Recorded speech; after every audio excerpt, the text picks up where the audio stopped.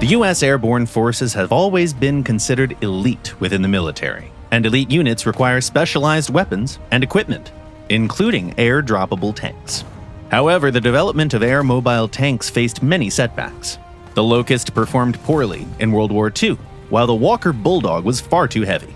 The M56 self-propelled gun lacked proper protection, and the T-92 wasn't amphibious.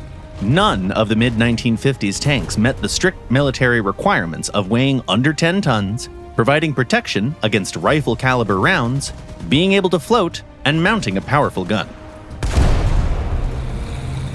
Cadillac provided a solution. Lightweight aluminum armor allowed the M551's designers to meet the weight requirement, while a 152mm gun launcher showed great promise in firepower. This weapon combined the ability to fire guided missiles at heavy armor with moderate recoil, convincing the military to proceed with the project. The new tank was designated the M551 Sheridan, named after the 19th century general Philip Sheridan. Though the tank slightly exceeded the 10-ton limit, it still met the military's key requirements. As the Army transitioned to the MBT standard, the Sheridan was classified as a reconnaissance fighting vehicle. However, in Vietnam, where it saw its first combat, the US used it as a conventional tank, not in its intended airborne role. Combat use of the M551 revealed numerous issues.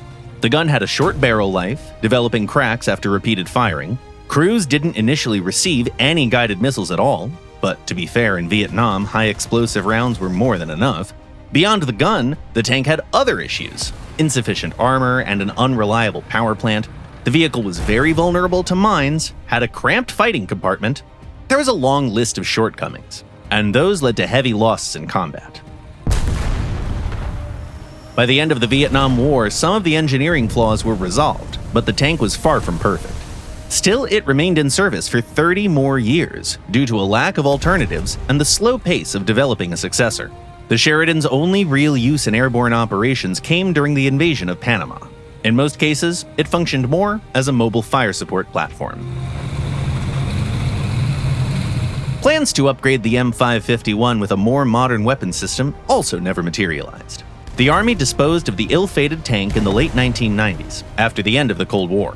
By that time, there was already a promising project of a lightweight vehicle with an unmanned turret undergoing trials, and defense officials expected it to succeed. However, the M1128 Stryker turned out to be a vehicle with its own host of troubles.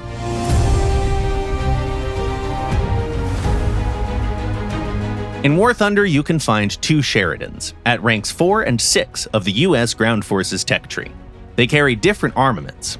The prototype is armed with a conventional 76mm gun, while the production model is fitted with the special gun/launcher. In terms of mobility, the M551 is quite agile, but still not fast enough to consistently outrun modern MBTs. The tank has enough fire in the front to withstand machine gun fire, but is vulnerable to artillery and high explosive rounds. Among its counterparts, the Sheridan really stands out due to its size. Being only slightly smaller than the Patton, it's highly visible on the battlefield and difficult to ignore. Additionally, it cannot swim in its default configuration, as its swimming capability is provided by a special flotation screen. These two Sheridans play very differently. The production model, armed with a large cannon, is routinely engaging Cold War-era armored vehicles. Its primary targets are slow, heavily armored vehicles like the Soviet IS-4, IFVs, and anti-aircraft guns. Its anti-tank missiles and heat rounds can easily penetrate thick armor, while its high-explosive rounds make short work of lighter vehicles. As this Sheridan lacks a laser rangefinder, it's more convenient to rely on missiles at long to medium ranges, while heat shells are better for close-range engagements. They also reload significantly faster. When using the production Sheridan, caution is key.